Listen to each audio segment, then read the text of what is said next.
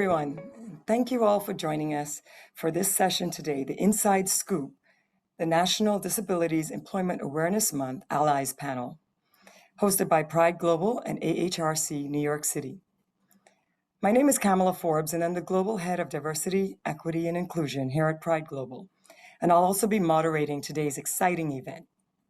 In honor of National Disability Employment Awareness Month, we wanted to create a panel to discuss how to be better allies, better employers, and better partners to people with disabilities in the workforce. We have a wonderful group of experts gathered here today, so we encourage you all to take advantage and ask any questions you might have via the Q&A box, and we'll save time to address them at the end. So let's go ahead and start off with a quick round of introductions of our panelists. To start, we have Shauna Lozada, who is the Director of Corporate Partnerships and Business Development at AHRC New York. Welcome, Shauna. Thank you. My name is Shauna Lozada, as she mentioned, and I am the Director of Corporate Partnerships and Business Development for AHRC New York City, one of the largest nonprofits on the East Coast that helps support people with intellectual and developmental disabilities. And I have the pleasure of partnering with corporations and organizations like Pride Global to educate and partner with them on hiring people with developmental disabilities. Thank you. Thanks so much, Shauna. And next we have Mark Williams, who is the Manager of Workplace Services at Salesforce.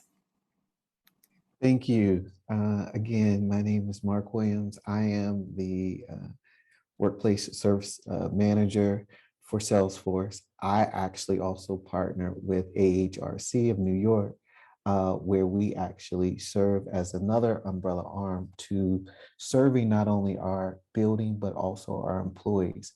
So I am just elated to be a part of the conversation, and thank you for having me. Great, thank you. And we also have with us today Hannah Milson, who is the coordinator for the Partnerships for Inclusive Internships at AHRC New York.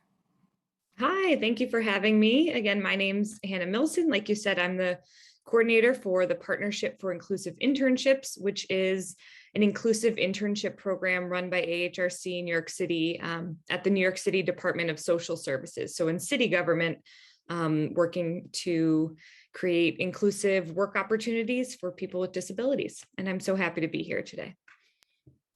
Thanks, Hannah. And last but certainly not least is Senior Video Reviewer Andrew Kane with AICure.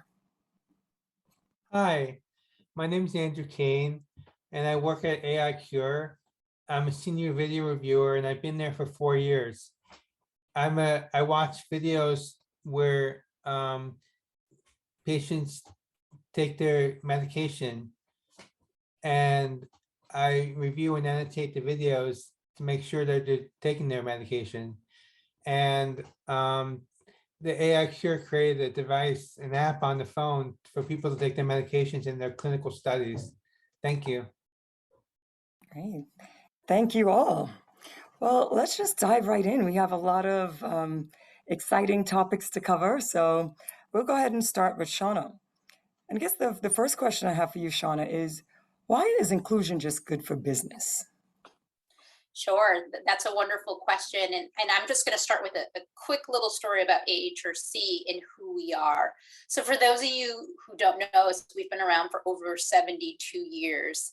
And AHRC's mission and existence is just to help people in all capacities of people with disabilities. But a mom is the one who started AHRC, and she decided 72 years ago, when a doctor had told her that you should lock her son up because he had a disability and try for a new one, that's not what she wanted to do. This mom went out and advocated and brought together a group of powerful parents to advocate for their children with disabilities so that they could be treated like everyone else, like all of us, possibly go to preschool or possibly find a job one day. And to me, that speaks to what inclusion is: being included, feeling like they are part of something. And that's what she wanted for her children. So when we talk about inclusion, it's a feeling of belonging, and in each company we all want to feel like we're part of something bigger. We're part of a family almost, because we all have different backgrounds and we have differences, but we don't want to feel excluded. We want those differences to be celebrated. And to me, that's what inclusion means, and that's what inclusion is. And we had this powerful parent with AHRC who decided that's what she was going to advocate for. And I'm lucky enough to do that every day for people with disabilities. That's amazing. And it's so important that we have people like you, to be able to help. And so one of the things I was curious about is, how does AHRC go about placing people in the workforce?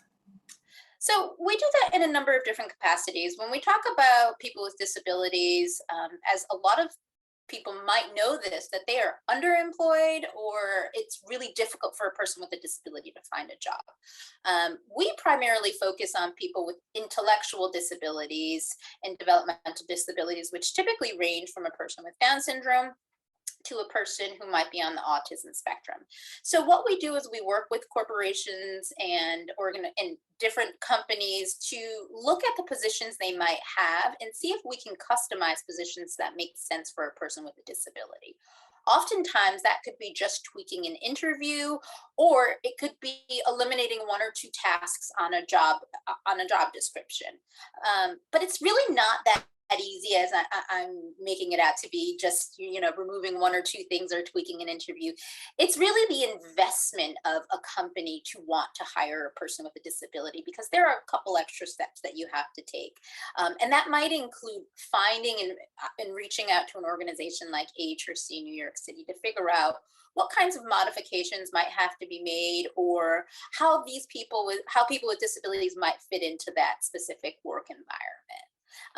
So I would say it could be really easy, but the first step is just reaching out and learning about the different things you might be able to do to partner with us.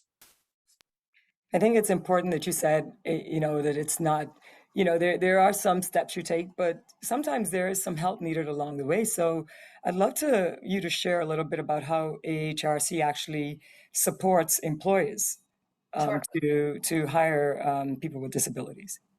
Sure. And the wonderful thing about AHRC is we walk you through the entire process from day one. If you're interested in working with us, then we're going to hold your hand through the entire process. So if you say, I am invested in hiring a person with a disability, we will walk you through what that looks like. We will help you tailor and customize an interview. We will also help you develop a job description that might make sense for both your company and the people that you want to hire. Once that happens, and we've had a successful interview and you are interested in hiring that person, we will also provide you with on-the-job supports for that person that you hire. Because a lot of times what we've realized is, once a person is working with a disability, employers might have questions, or they might just be afraid to ask how they might approach a situation or how they might modify something. And we are there to support the employer the entire process, and not only the employer, but the person with a disability as well. And sometimes you think, okay, now they're done here. We never are done supporting our employers and our folks with disabilities. We are there through the duration of their employment and beyond, because our goal is to create a healthy partnership that will continue to thrive for years. And we are invested in our employers and the people that we support. Great.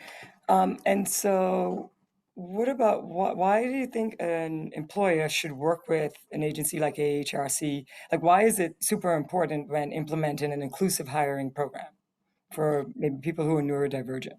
Sure. So I think it's really important to work with what we call ourselves as a rehabilitation agency, because sometimes employers have really good intentions, but might not be aware of what to do and how to do it. When you work with an agency like ourselves, you're in good hands. We're taking care of you the entire time, as I mentioned earlier. And we're there through every step of the way, as I mentioned earlier. And sometimes when you try and do it on your own, I think there's more difficulty and more red tape. And sometimes you get stuck in the process, and it's really hard for you to move people forward and through the pipeline.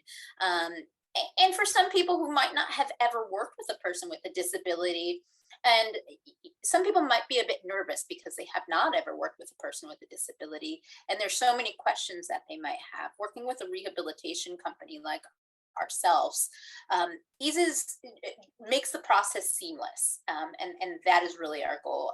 And of course, an inclusive hiring process, I think, is important for everyone.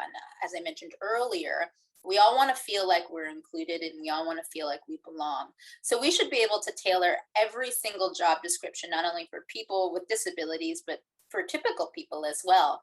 I always say I have a job description, but I'm probably only good at 50% of the things on my job description. How many of you guys can say you're really good at every single task on your job description? And if you are, goodness, I praise you and applaud you, but I'm probably only really good at 50%.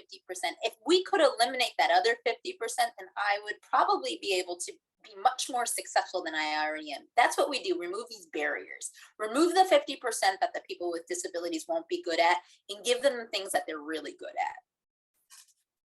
That's such a great way to put it. I think that we could all relate to, because we all know that is exactly true. Well, I have lots of other things I want to ask you, Shauna, but I'm going to go ahead and toss the ball here over to Mark. Just to follow up on that, I think, Mark, you could give us a great example, from Salesforce and actually having worked with AHRC and with people with disabilities. What would be your advice to any employees that might be listening about how to go about developing and implementing an inclusive program? Yeah, I have to, and thank you. That's a wonderful question. I can't echo the sentiments more than what Shauna had said. I firsthand have been walked through the process.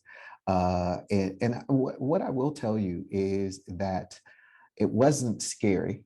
And let me explain why it wasn't scary. It wasn't scary because our culture here at Salesforce says that we welcome everyone, right? And so if we welcome everyone, we also want a workforce that reflects everyone who we are welcoming. And so when Shauna speaks about that inclusion process, now we need to figure out, again, how do we retailor or reword or make the proper accommodations that allow people who have are able differently come into our workforce, help and support and reflect the communities that we serve. And so because it was necessary, my first time, I again felt not only comfortable with AHRC, Shauna, and all of the team. And again, it is a team, and it's not just one person, and a wide variety of people who are able to not only assist, help, but help track the positive progress in what it is that we're actually doing. So I just think that you have to be, and I want to make sure that I say this, you have to be intentional about the inclusion that you are presenting. And oftentimes we use that word inclusion, and there are some groups of people who are not necessarily included in that generic word. And so what I wanted just to say is inclusion means all. And so if all is all, we need to be have an intent in order for that to happen. So, but wonderful question. Thank you for asking that. Yes, that word intentionality, exactly what it's about. Well, how long have you had the program, Mark, or how long have you maybe been leading the program? And I'd love to know, maybe if you could share some of the positive impacts the program has had. Well, beyond changing my life, let me just say this. I have been running or have overseen the project. I have been the face and the person who gets to smile out in front, but I am not the one who is the beneficiary of all of the new faces and talent, the untapped talent that we have in our spaces now. It has been 4 years. So it's almost that I have now have a graduation of sorts. Still need to get to the master's degree and all of that. But it really is one life-changing one for me. And let me just say that. And because it changed my eyes and views. So often as a workplace manager, you're thinking about the facility. And so we made special accommodations in our facility. We know we have, egress and special accommodations in our bathrooms. And we even now also make sure that there is, ample way for wheelchair accessibility and all of those things. But did we actually think about the people? And did those people's voice come into the process? Or did we make decisions for them? And so now I've been able to kind of step back and say, we could have made a better decision if we got the real voice of the people we're actually serving. So again, being very intentful about what it is and who we are and what message are we actually saying. And so we've changed that, right? The other part, and again, I want to just highlight one of the things that Shauna had mentioned in terms of maybe changing or rewording a job description. What we did was not only did we reword job descriptions, but we retailored how we did business.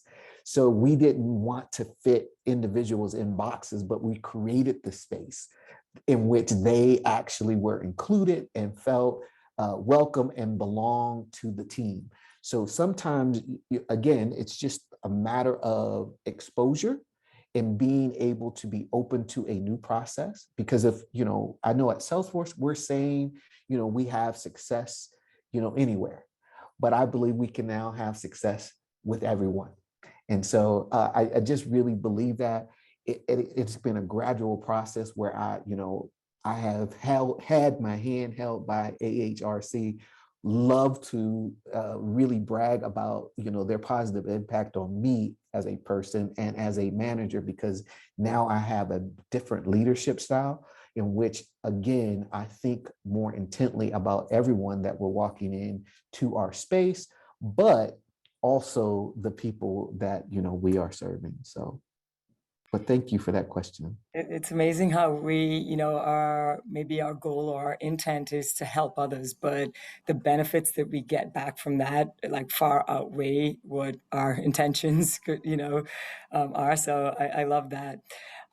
So I think Salesforce has obviously done an amazing job at this. I guess one of the other questions I would think is like, what could we say to other employers listening to help them become more engaged in hiring people with intellectual or developmental disabilities? Like, I don't know if you might be able to speak to any of ways to source people from this talent pool, or, do you work with more than one organization? I know AHRC has been a rock and obviously a great resource and business partner for you, but what's been that process, or how would you suggest to other employees to become more engaged in hiring people with disabilities? I think when we think about, the engagement part, again, you have to ask yourself the question, the real intent. And again, for us here at Salesforce, I've learned that we are inclusive. And so our intent is to be inclusive. So not only do we work with AHRC in New York, but we also have a model, the AHRC model in San Francisco, which is, it's actually a different framework. But again, our intent is to be inclusive. The part that we should not ever miss is that we have a diverse ecosystem. And if our ecosystem is diverse, we need to make sure our workforce is diverse. And so we need to be intentional about creating spaces, workplaces that match the communities that we serve. So it's not that we live and work in a bubble. It actually, they should be one of the same. And through that diverse thought process, you become more diverse in the people and the customers that you actually serve. So I hope that answers the question. I'm just passionate about, being an inclusive mindset that everybody benefits in the end, individually, collectively, and in our communities. Yep, absolutely. And if that's not a good reason enough to step out and kind of expand the talent pool that you work with. So I'll toss it now over to Hannah, get you involved here if you could share a little bit about maybe some effective practices that you think that companies can actually implement to ensure that they have that inclusive workforce. Sure. And I just actually wanted to start by saying, so I work at AHRC with Shauna, but I don't often get to hear from the manager's perspective of other programs. So to hear Mark speak, about how impactful the program has been at Salesforce, it really makes me smile. And especially in the time of COVID, when we don't get to see other people and don't get to, learn about how the program's going somewhere else. So, like I said, I run the inclusive internship program in New York City government, but to hear how AHRC is working in other areas is really great. So thanks for that, Mark. And again, so the Partnership for Inclusive Internships is an internship program at the Department of Social Services in New York City. It's a huge agency, one of the biggest of the 80 city agencies in New York. And so there's a lot at stake for hiring. And so, as you talk about intentionality, the city has a lot of, stake in the game to make sure that they have inclusive hiring practices.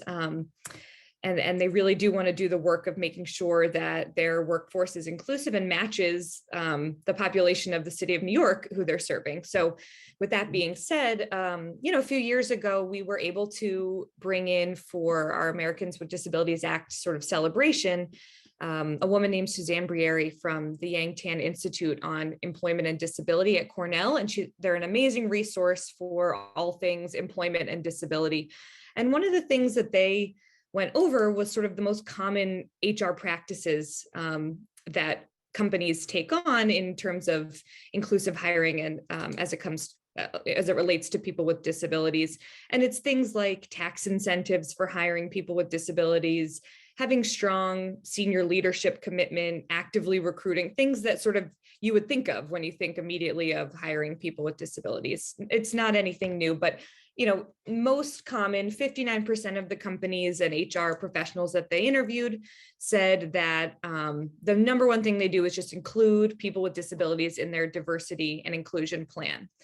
So, these things are interesting and like nothing really was surprising. However, when they looked at the most effective things that companies could do to improve their hiring, they found that companies were 5.7 times more likely to hire people with disabilities if they have inclusive internship programs. And that sort of blew our minds. I mean, what an interesting way to start bringing in a pipeline of people and having people with disabilities test out what it's like to work and get that experience.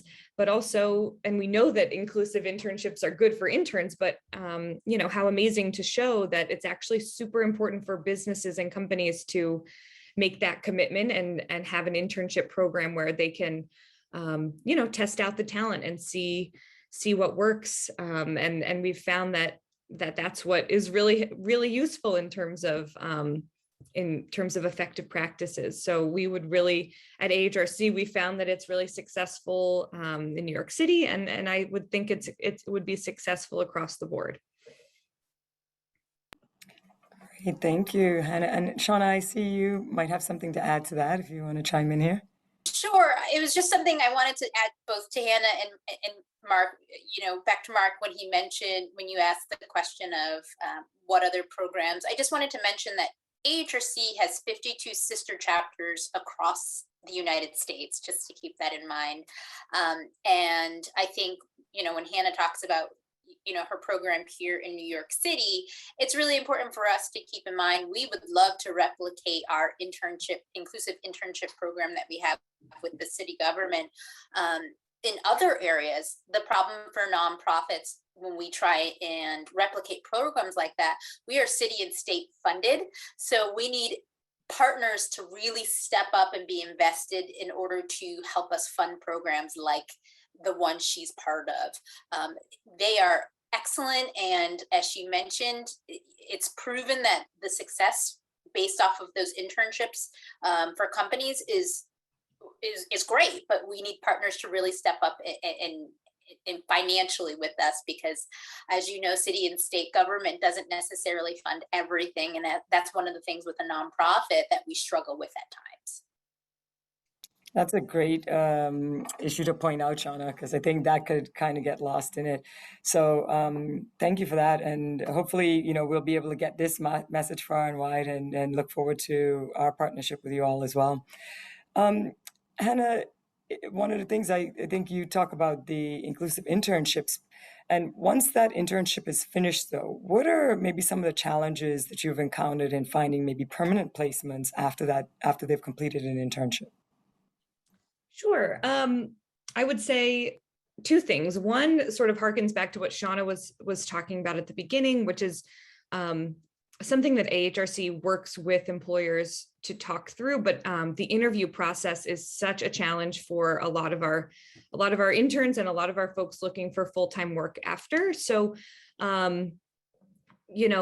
not only working with our interns on prepping for interviews and those social skills and soft skills that go into an interview, but also working with employers on how to, be creative with an interview. Does it need to look like, an interview that we're used to? Can it look a little bit different? What are you really trying to assess in an interview to make sure that you're getting to understand the talent and the skills of the person you're interviewing, if it might look a little bit different?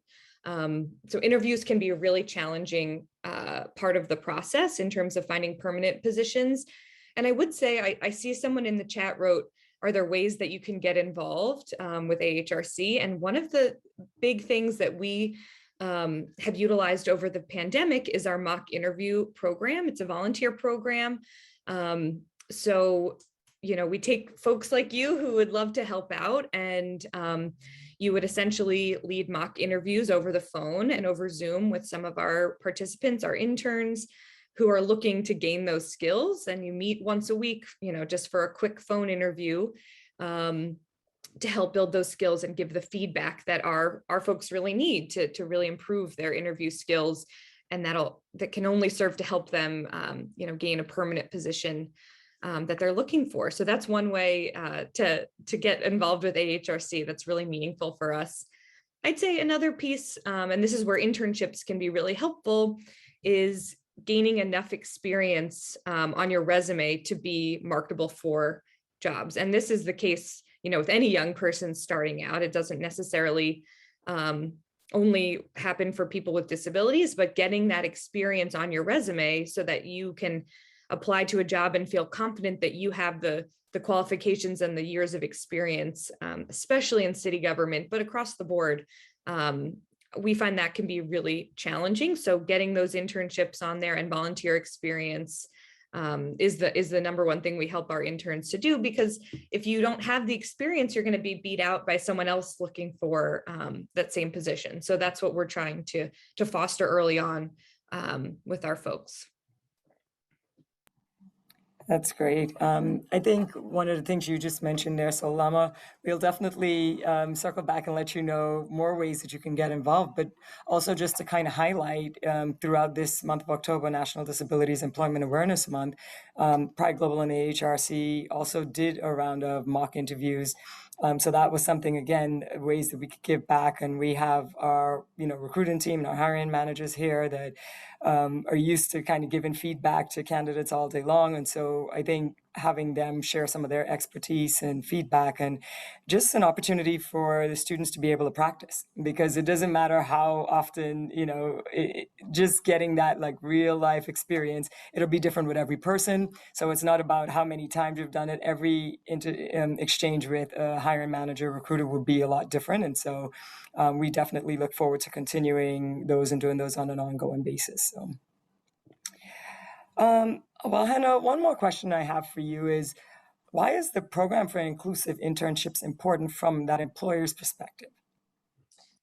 Yeah, that's a great question. So from the beginning, when we were sort of imagining our program, we wanted to make sure that it was a win-win. We're always talking about how it's a win-win for supervisors and managers and for interns. And of course, we know for interns why it's a win. We want them to learn marketable skills. We want them to gain work experience, network. So for interns, we know we're covered. And then in terms of from the employer perspective, we wanted to make sure, that these internships are useful and that they're offering real life help. We don't want internships that aren't helpful for a supervisor, or that are tasks that don't really mean anything to them. We don't want an internship that isn't real. We really want it to be real world work experience. And we want employers to feel that they're getting help from a qualified intern for the work that they have. We found that the two biggest pulls from our internship program versus other internship programs like that we have here in the city are that it's very flexible, and that it's funded mostly by our state vocational rehabilitation agency, like Shauna said. So we work with the New York State Vocational Rehabilitation. It's called Access VR, and they fund all of our internships so that it's no cost to the employer. Now, that's a huge benefit, especially during the pandemic. We did remote internships, and we're really proud to say that we were the only internship program still running, because we could offer these paid internships, whereas some other programs had to push pause during that time because they couldn't pay. And it's important to offer paid internships. We don't want anyone working for free. So the fact that we can offer paid internships by partnering with our state is really important. That's a huge win from an employer perspective, that they're no cost. And then that flexibility piece, a lot of internship programs offer year-long internships or 6 months internships, or they're 9 to 5, or they're only half a day. Our internship program can be very flexible, because we're sort of just working with the needs of the employer. So if you have a project that is going to be 2 months long and it's only going to be on Thursdays, we can work with you, and we'd like to be able to be that flexible so that the employer is really seeing the benefit there. And that's different than other internship programs, where it might be a bit more of a lift from the employers on the employer side of things to take on an intern. And in our case, we're trying to be flexible, work with what works for both the individual and the employer, to make sure that these are win-win situations. And we found through our experience that if it's not win-win, it's not a successful internship. So we work really hard to keep those lines of communication open with our employers, so that, the biggest thing is that AHRC offers that support. Like Shauna said, even with an internship, we hold your hand through the whole thing. If we have to provide a job coach, support with accommodations, we're there offering that support. And I think that's what really makes it successful from the employer's perspective. Great, thanks so much. I'm happy to see we have quite a few questions coming in there, but before we dive into those, I'd like to turn it over to Andrew to get your perspective. And I guess the first question I would ask is, you're currently employed with AHRC. What would you say were your experiences in finding employment opportunities? Did you get your job after one interview, or was it a long process?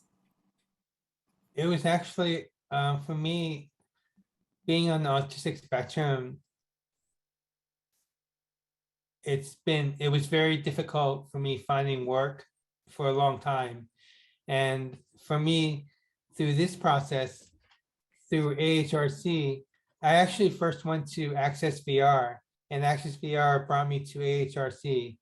And it was beautiful. I did a special Eastern program. It was like a 12-week program where I learned skills on how to get a job. And from there, I got an internship with AHRC, and that was beautiful. And it was supposed to have only been a year, but it was extended. And I was there for almost 2 years. And then I got placed in AHRC through AHRC. And that was a smooth process as well. So I have to say that, for someone that was been on the autistic spectrum, I had so much difficulty. I was almost hopeless in terms of getting employed for steady work. I was temping for so many years, but once I got with AHRC, my life changed. That's amazing. Kudos to AHRC. So Andrew, could you maybe share any more detail about how AHRC has helped and supported you along the way? Yeah, when I started with AHRC, it was actually the interview process for me, it was very informal. It was not a traditional interview that I had to do in order to be placed with the AI Cure. AHRC brought me a job coach, and I basically was working at AI Cure from the onset, and I was working there and with the job coach. So the job coach was supervising me and watching me as I was working. And if I had any questions along the way, I would ask him. And AI Cure was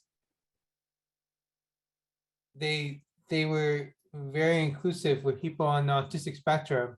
They were hiring people for video reviewers, and I was one of the first video reviewers to be hired, and it was just really smooth, I have to say, stress-free. And for me, stress has been always a factor that's been a hindrance in the workforce for me. Shauna, do you have something you want to add to that? I just wanted to add, and this goes to what Andrew mentioned something, and Hannah mentioned when he talked about he was basically working from the onset.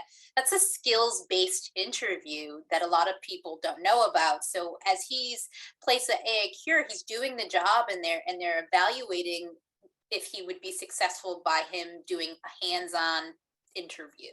So that's another way an employer can be inclusive and another accommodation, which I think is great. And I've known Andrew for years, and like he's mentioned, his journey hasn't been the typical journey as most of our employment journeys has been. We try to make the process seamless for everybody. So whether it's your traditional interview, skills-based interview, or having somebody like a job coach who's there shadowing you and saying, hey, Andrew, don't forget this just in the first 2 weeks to make sure you get everything. That's really important to the success of people with disabilities. Great, it sounds wonderful. So, Andrew, one more question for you. What would you suggest to employees to make that hiring process more inclusive? What kind of modifications maybe could you suggest that they make in that hiring or interview process? Well, to be more inclusive, the employer needs to look past the disability and the stereotypes associated with it, and consider the person as an individual with unique strengths and talents. And some modifications in the workplace may be in order. For example, someone on the spectrum might not be able to tolerate a noisy environment. The employer would need to provide a quiet setting for that person to function at his or her best. Okay, yeah, perfect. And maybe Mark, I might toss it back to you, just to pick up on that and see, like, are there any other accommodations that you all make to be able to accommodate people with disabilities at Salesforce? Yeah, I mean, I could just remember, and Shauna will also kind of help remind me of this, but I remember when I met my team. It was a new team of, let's say, about 12 AHRC workers. And I, was going around and kind of explaining to my new team members from AHRC exactly what it was that we were going to do, how we were going to do it, the detail from cleaning particular rooms and restocking particular places and things like that. And one young gentleman who, again, just arrested the situation and made me, again, become more inclusive of how I think, how I lead, and what I do. He just said, hey, is it okay if I record this? So I've never had anyone want to actually record and go back and review and listen to those things, because the gentleman didn't want to miss anything. Not only, and here I am glossing over it as if, hey, yeah, we're going to do this and we make sure this is that. But this particular person wanted to make sure that they didn't hear anything. And they, at that particular point in time, didn't hear as well as others, right? So I have soft mannerisms, soft voice, and I kind of go in and out, and I may not articulate as well, and I don't notice that. But that situation made me become mindful about projecting and making sure that I'm, speaking to the audience that actually is who I'm addressing, and not trying to be me, but who can I show up for as it relates to my audience. And so that experience in itself, and there's 100 more that again, what is it that we're really wanting to do versus what it is that we say we're doing. There's oftentimes those messages and methods don't match up. And when you have someone like a AHRC, a Shauna, their team actually try to make sure that they're walking hand in hand with you. And again, my hand is still being held. I don't even know if you know, I can probably have Shauna. She's probably still holding my hand through this whole thing. But it's just a wonderful partnership. It is really a wonderful partnership. I feel like I have grown. The office has grown. There are team members, and this is not hyperbole, but there are team members from the ARC team that are just like rock stars at the New York office, and people just go to see them. They look for them. Because again, they are really about, and it's our team. So I just believe, again, you have to be thoughtful and mindful of exactly who and what you're really trying to do in the inclusive mindset, 100%. I think it's also so interesting, like you say, about how it's just making you, a better manager, right? Like you're adapting some of those skills that you should be using across the board, not just for somebody, with disabilities, but just in general. Like those are skills that are getting better at. So it's so amazing how it's helping you. I have a question that I'd just like to kind of toss openly across all of the panelists and see perspectives on this. So we've talked a lot about hiring, right? Like how employers or hiring managers or people how they could maybe change the interview process. But what I'd like to ask is, so once we hire somebody and they're on staff, a person with disabilities, what could you say, or does AHRC have any programs, or does Salesforce have any programs, or Andrew, maybe you have a perspective of what coworkers should do to be more inclusive to people with disabilities? Shauna, you look like you. I can take part of that one, and then I'll let everybody else chime in. But I think for the first thing is educating your staff, right? So AHRC will start by providing a training to both hiring managers and to the larger team about working with a person with disabilities. And I think it's just a matter of being sensitive to other people's needs, and being mindful that everybody is not like you and people learn differently. So once a person is on site, we get a mix of different things. This is wonderful. We love this program. Or we've had people in the past, and I'm going to use Salesforce for an example here, not a bad one. We had somebody working at Salesforce who was a wonderful gentleman, really great at his job, but had some trouble with interactions. Maybe he was just in your space a little too much. He spoke multiple languages and would go up to people, and he might think that I spoke Mandarin and start speaking Mandarin, and somebody got offended because they didn't know this person had a disability. And so that person wasn't right for that culture, but that person, we had to educate the other employees about the differences some of these people had, differences the people had that worked there, and what made her comfortable might not make the next person comfortable, if that makes sense. I don't know, Mark, if you have anything to add there, and it wasn't a bad thing, it was just not the best fit for that environment. I couldn't agree more. And again, those are some opportunities where we get a chance to educate each other. We get to learn from, a diverse community is that we celebrate those differences. Oftentimes when we don't avail ourselves to the differences, we only see that of a negative sense. And I think over the time that we have partnered with AHRC, again, I hang my hat on, I've become better, I've become more knowledgeable, but I've become more intentful about something I thought I already had good intentions about. now I'm in the space and I'm leading the space, and I'm also, again, walking through and seeing it from a different lens, because these are my team members. And so the investment is the same as any investment in any employee. And that, to me, is where I'm trying to make sure that they're comfortable along their journey and included in their journey, as well as any other employee who's not part of the ARC program. So just like Shauna had said, you know, there is a lot of education maybe on the front end, but the education never stops in my eyes. And that doesn't mean that you know, are on the spectrum or not, but oftentimes we become closed-minded in such a way that we don't even understand. And because of this relationship, my eyes, my mind have been, you know, open, stretched, modified on a continuum basis. And, you know, we are always thinking about how can we do better? How can we be better for each other?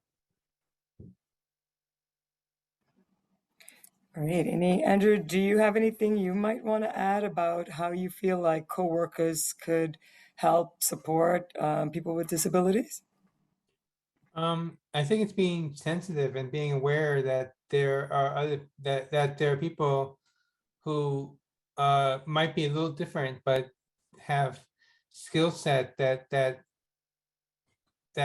is highly intellectual, and that you shouldn't judge someone based on their, you know, who they are, and that they should base it on what they do, what they can do, and serve the whole.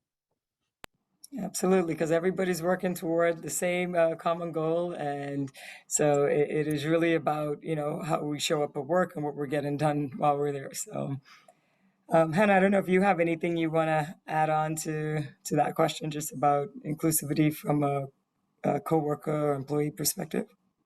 Yeah, I think the only thing that I would add is that it's so important once we often focus so much on hiring, but that once individuals are demonstrating that they're capable of doing the job, is making sure that there are opportunities for growth, because so often, we don't want things to get stagnant, and we want people to have the ability to grow their career just like everyone else. So that's, another piece of the puzzle that we do want to encourage employers to think about, is making sure that there's room for growth in any position that, that someone's capable of doing, and demonstrating that they're doing a good job, and making sure that we have that opportunity. Right. Okay, well, I'll toss it over to some audience questions I have here. And somebody asked, I have a friend with more of a physical disability, cerebral palsy, and would need to be working remote. So what resources can I connect him to help getting a job? For candidates like this that we find while recruiting, what kind of resources or agencies can we refer them to so that they can get help with finding jobs? I can take that. So I think if you can always refer them to AHRC, and we will obviously have them in for an assessment. And if we can't assist them, or there's another agency who's better suited to assist them, we have a number of sister agencies throughout the city, which we would refer them to.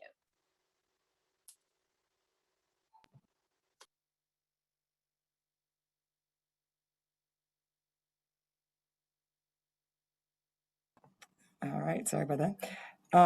Somebody, a follow-up to that question is, what about candidates not local to New York? Absolutely. So I mentioned early on, we do have 52 sister agencies. So AHRC New York City is under the umbrella of the AHRC. And we have 52 sister chapters across the United States, and we're very connected to them. So we would be happy to connect them to another partner agency if it's not something we can help with. We do a little bit of work on the West Coast in assisting people with disabilities on the West Coast as well. So we will assess and do our best to assist any person that comes through our doors. But if we can't, we will refer them to another agency that's equally capable. All right, okay. So another question, after being placed, do you guys provide any training to their managers or the team to make sure the transition is smooth and there is a complete understanding of the accommodations that they need or they may need in the future? Yes.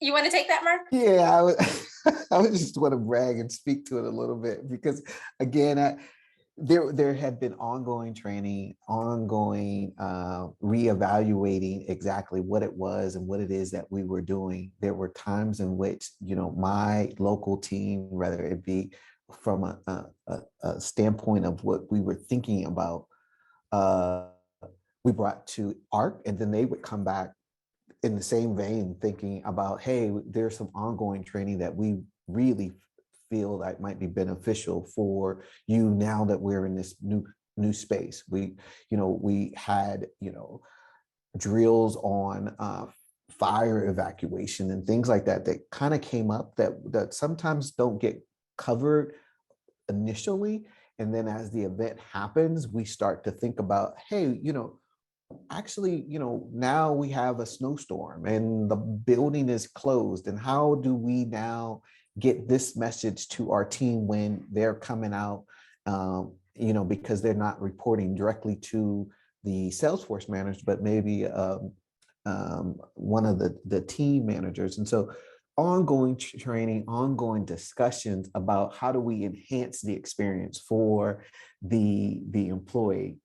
Again, I want to steal this. I know Hannah's probably got a t-shirt about it, but it's a win-win situation. I'm winning every day, all the time. And so again, I can't even go into depth about how much our hand is being held, but I think we're both holding each other's hand now. I'm at that point where I believe that that's the case because, we are not, we're just partners. So I hope that answers for AHRC. But I'm answering the question based upon someone who's having their hand held and understanding the process all the way through. All right. Another question here is, what would you say to employers who are hesitant to onboard individuals with disabilities? I would say that you're hesitant until you try, right? I think we've had so many, this is not an easy job when people are like, oh man, you do such great work. It's not just I show up and people are like, let me hire people. We are literally pounding down doors, educating, screaming on the rooftops about how wonderful it is. And I think it's just relating to a person with a disability. Everybody on this panel today and everybody who is attending, at some point in our life, we're going to be limited in some shape, way, or form. As we start to age, we might start losing our vision. We might start losing mobility. That's having a disability. And I think if we can relate to that and wanting people to be kind to us and work with us when we do lose our vision and when we do lose our mobility, I think that's really going to be important for everybody to realize that it's just, this is going to, one day all of us will be a person with some type of limitation, or if we're not already one of those people. Okay, and then another question came in that asks, does AHRC have a target on how many people they try to place with companies? I guess how many students in your network that you're looking to place? So on an annual basis, we approximately place and train 2,000 people. Our goal is to place 15,000 people. Our agency serves 15,000 people on an annual basis. 2,000 people to train and place is a small fraction. The problem is that it's not easy. You have a lot of people who are nervous and a lot of people who are afraid to take the next step or the first step. But once you do that, I think 98% of the people or corporations who have decided to partner with us have been really happy. And it's just been, as Hannah said, a win-win for everybody. We work with companies such as the Barclay Center, which has 75 people, to Etsy, to Salesforce, to your local Target. We try and make sure that we can put forth every single opportunity that's out there that we're given from employers. And it's just not, hey, here's a job. It's an equal partnership, because we wouldn't have to be here if it was just a job on Indeed. We have to actually create a partnership. We have to actually tailor a job. We have to actually create a modification. And just one thing, a modification doesn't mean spending $10,000. A modification means you might have to alter somebody's schedule by 30 minutes. And I think people just have to think a little differently. Yeah, that's great that you say that too, Shauna. Like that clarification. You're not asking to kind of reinvent the position. They're just small tweaks that could be made that could make the world of a difference. And you talk about partnerships is so important because it's, a partnership on both sides with the students that you help as well as, the organizations that you work with. And with that said, I think that brings us to our final question here. That is, what is the best way to introduce AHRC to potential partners looking to expand their D&I efforts? Great question. And we've worked with Pride, and we have some collateral to share with other business partners that you think might be interested. I think that's one way, just maybe an email introduction, as you guys were so great. You guys did recently to another business partner you guys work with, an email introducing us and who we are. We work with people with developmental disabilities, and we really want to make a difference. We want to make an impact in each person's business, and we'll take it from there. We have a website people can visit. It's not as comprehensive as we would hope, but it gives people a bit of information about who we are. But I would say just an email introduction is the first step. Thank you. Well, yes, more email introductions coming down the pipeline then. So as we get ready to wrap up here, I just wanted to just toss it back to the panelists. If anybody had any quick last thoughts, closing words, anything else they wanted to share. I just wanted to add on to what Mark had said and sort of pointed out when you're talking about, why employers might be hesitant and what we would say to them.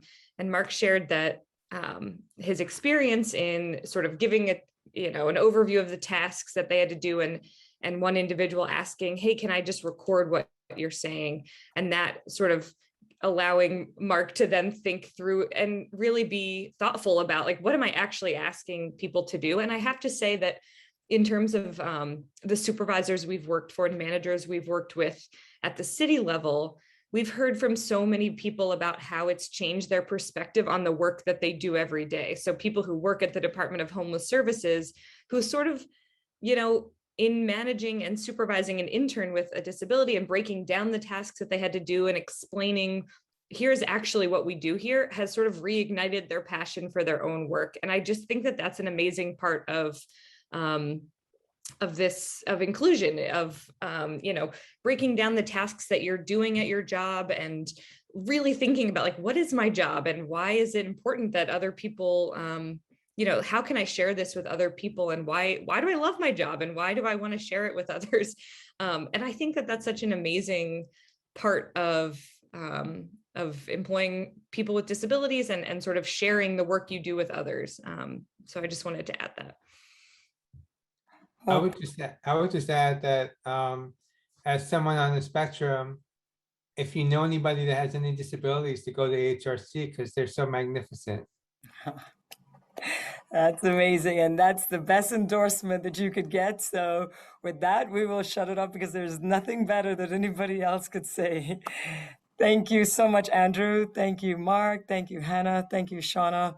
Thank you all for sharing your perspectives, your personal stories and experiences, and your great insights with us today. And thank you to everybody who joined us from home or from your offices.